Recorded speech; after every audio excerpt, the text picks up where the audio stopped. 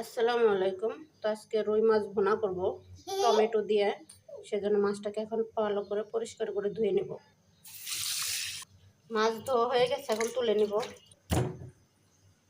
এখন একইভাবে টমেটোগুলো ধুয়ে নিব। টমেটো ধোয়া শেষ, এখন তুলে নিব। এখন মাছটাকে লবণ আর হলুদ দিয়ে মেখে রেখে দেব। লবণ দিয়েছি, এখন হলুদ দেব। এখন ভালো করে মাখবো। মাছটা মাখানো শেষ, এখন টমেটোগুলো কেটে নেব। এখন টমেটোগুলো কাটবো। টমেটো সবগুলো কেটে নিয়েছি, আমি টমেটোর বীজগুলো ফেলে দিয়েছি। তো এইভাবে পরিষ্কার করে নিয়েছি। এখন রান্নার কাজে চলে যাওয়া যাক।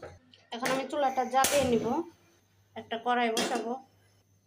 কড়াই গরম হয়ে গেছে, দিয়ে দেবো তেল। কড়াইয়ের তেলও গরম হয়েছে, এখন মাছ দিয়ে দেবো। এক পাশ হয়ে গেছে, এখন আরেক পাশ উল্টে দেবো।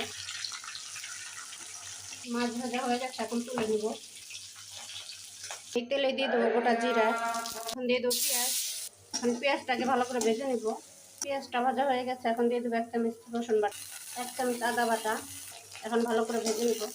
আদা রসুন ভাজা হয়ে গেছে, দিয়ে দেবো একটু পানি। এখন দিয়ে দেবো গুঁড়ো মশলা, আছে লবণ, শুকনো মরিচের গুঁড়া, হলুদ আর ধনিয়া গুঁড়া। এগুলো এখন দিয়ে দেবো। এগুলো দিয়েও এখন ভালো করে একটু কষিয়ে নিব। মশলাটা কষানো শেষ, এখন আবারও পানি দিয়ে দিব। এখন ভালো করে নেড়ে চেড়ে দেবো। জলটা ফুটে গেছে, দিয়ে দেবো মাছ। এখন দিয়ে দেবো টমেটো।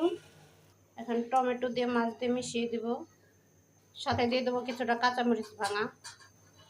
মরিচগুলো ছড়িয়ে দিব। এখন ঢাকাতে রেখে দেব। এখন দিয়ে নিব কিছুটা জিরার গুঁড়া।